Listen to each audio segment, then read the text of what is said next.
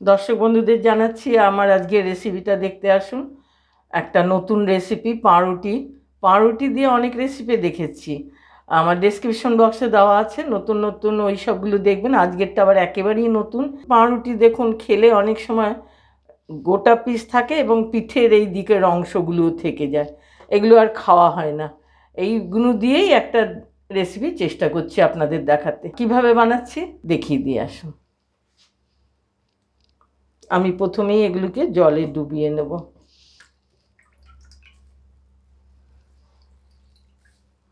ভিজিয়ে নিয়ে চিপে নেব জলটা, তাতে গুঁড়ো করতে সুবিধা হবে।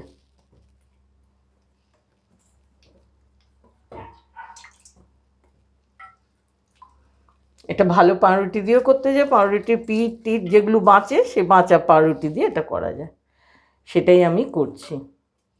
বিকেলের স্ন্যাক্স খাবার একটা ভালো রেসিপি এটা। আমি কিছু আলু সেদ্ধ করে রেখেছি, মাঝারি সাইজের দুটো আলু, সেগুলোকে ম্যাশ করে নিয়েছি, এর মধ্যে মিশিয়ে দেবো। আলুর মধ্যে কোনো খিঁচ গোটা ভাব থাকলে আপনারা গ্রেটারেও গ্রেট করে নিতে পারেন, না তো এইভাবে হাতে চটকিয়ে ম্যাশ করে নিয়েও দিতে পারেন। আমি পেঁয়াজ কুচি এখানে দিয়ে দিলাম, লঙ্কা, আদা আর একটু কারিয়া পাতা দিলাম। এবারে কিছুটা কাসুরি মেথিও দিয়ে দিলাম, খুব সুন্দর ফ্লেভার আসে। মাপ করে লবণ দিয়ে দিলাম, হাফ টিস্পুন চিনি দিলাম, অল্প একটু হলুদ দিলাম, 1 টেবিল স্পুন সবজি মশলা। সব উপকরণ দেওয়া হয়ে গেছে। এবার একটু কর্নফ্লাওয়ার দেবো মাপ করে, নিজের যতটা মেটেরিয়ালস দিলাম এটা ব্যান্ডিংয়ের জন্য এবং ক্রিস্পনেসের জন্য, একটু ক্রিস্পি হবে এই কারণে। এবার সবগুলো দিয়ে আমি একটু মেখে নেব।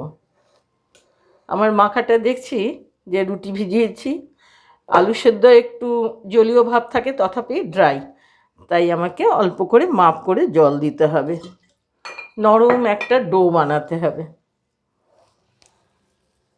দর্শক বন্ধুরা, এরকম একটা নরম ডো করে নিয়েছি। আর এই যে হাতে দেখাচ্ছি, আমি বুঝতেই পারছেন উর্দু বড়া সাউথের, কিন্তু সেটা ডাল চাল দিয়ে হয়। আমি পাউরুটির ফেলে দেওয়া অংশ দিয়ে এই রেসিপিটা বানাচ্ছি। এইভাবেই রান্নাঘরে নতুন নতুন রেসিপি আপনাদের জন্য আমাদের সকলের বের করে নিয়ে আসি আমরা, সবার জানার জন্যে। এবার আমি তেল দিয়েছি, দেখুন গরম হয়ে গেছে। গরম হয়েছে কিনা একটু টেস্ট করি। হ্যাঁ, তেলটা গরম হয়ে গেছে। এবার আমি একটা একটা করে ছেড়ে দেবো এতে।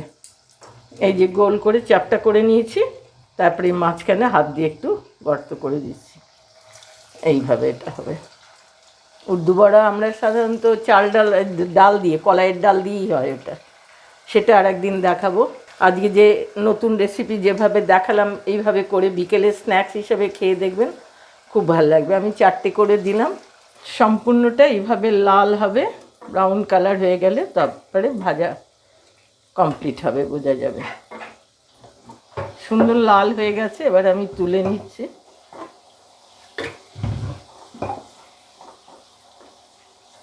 আমার ব্রেড মেদু বড়া বানানো হয়ে গেছে, আপনাদের সঙ্গে শেয়ার করলাম। অনেকগুলি ব্রেড রেসিপি দিয়েছি, এটাও নতুন একটা আবিষ্কার। আপনাদের ভালো লাগলে লাইক করবেন, সাবস্ক্রাইব করবেন, শেয়ার করবেন, যাতে সকলে বানিয়ে খেতে পারে, এই আশা রাখবো। নতুনরা আমার সাবস্ক্রাইব করবেন চ্যানেলটা, রেসিপিটাকে, যাতে নতুন নতুন রেসিপি আপনাদের কাছে পৌঁছে যায়, দেখতে পান। আজকের মতো রাখছি।